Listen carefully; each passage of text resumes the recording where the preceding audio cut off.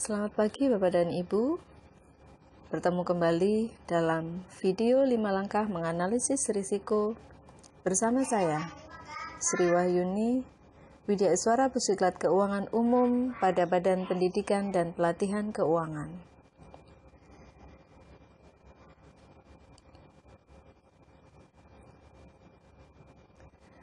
Pada tahap sebelumnya, kita telah melakukan langkah identifikasi risiko yang menghasilkan informasi-informasi mengenai penyebab risiko,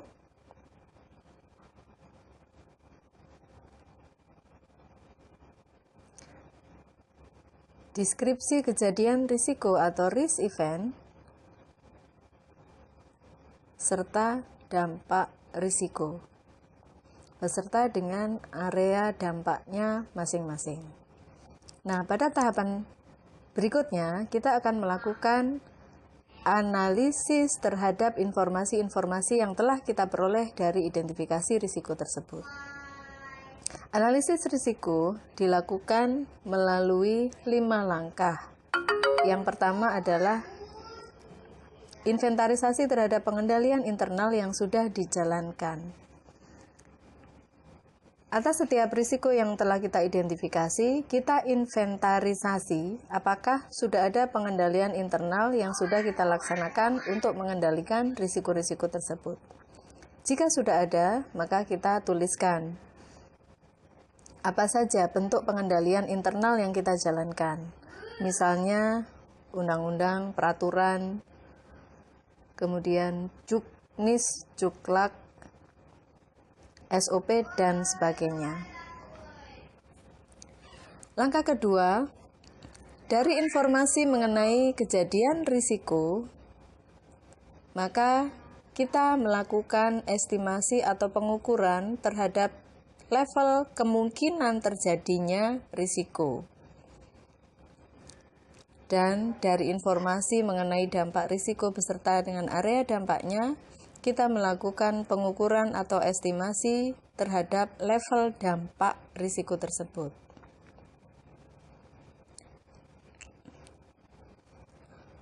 Nah, untuk level kemungkinan dan level dampak, berdasarkan kriteria untuk level kemungkinan dan level dampak yang ada di KMK 845, masing-masing memiliki 5 level.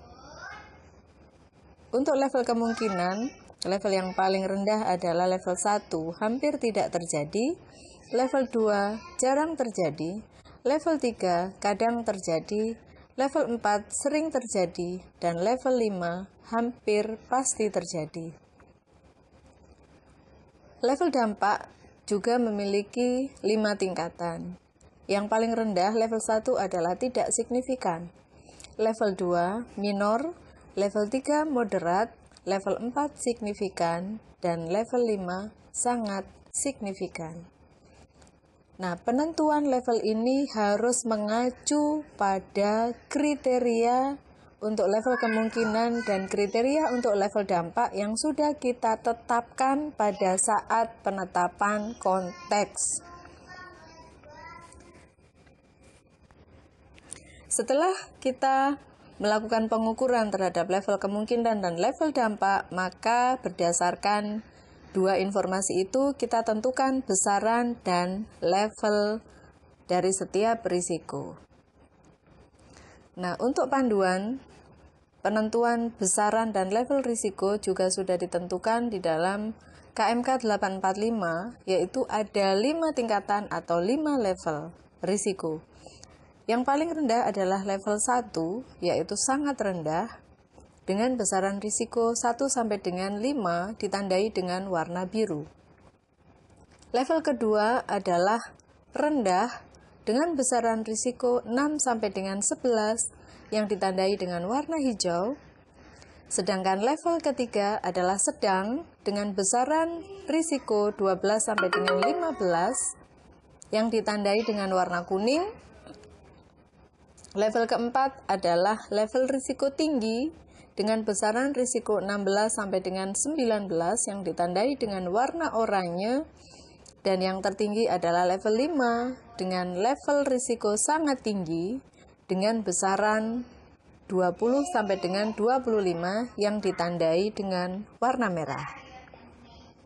Setelah menentukan besaran dan level risiko, maka langkah kelima adalah kita menyusun peta risiko, yaitu kita menggambarkan atau meletakkan risiko-risiko beserta dengan besaran dan levelnya tadi ke dalam matriks analisis risiko.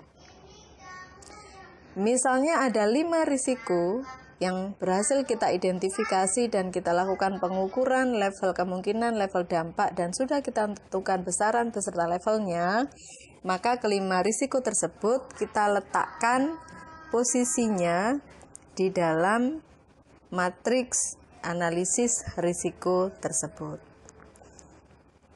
Sehingga kita dengan melihat matriks analisis risiko ini langsung kita bisa memutuskan apakah risiko-risiko tersebut berada di bawah garis selera risiko, artinya berada di area penerimaan risiko, ataukah berada di atas area penerimaan risiko, sehingga kita bisa memutuskan apakah risiko tersebut akan kita tangani secara khusus atau cukup kita pantau saja.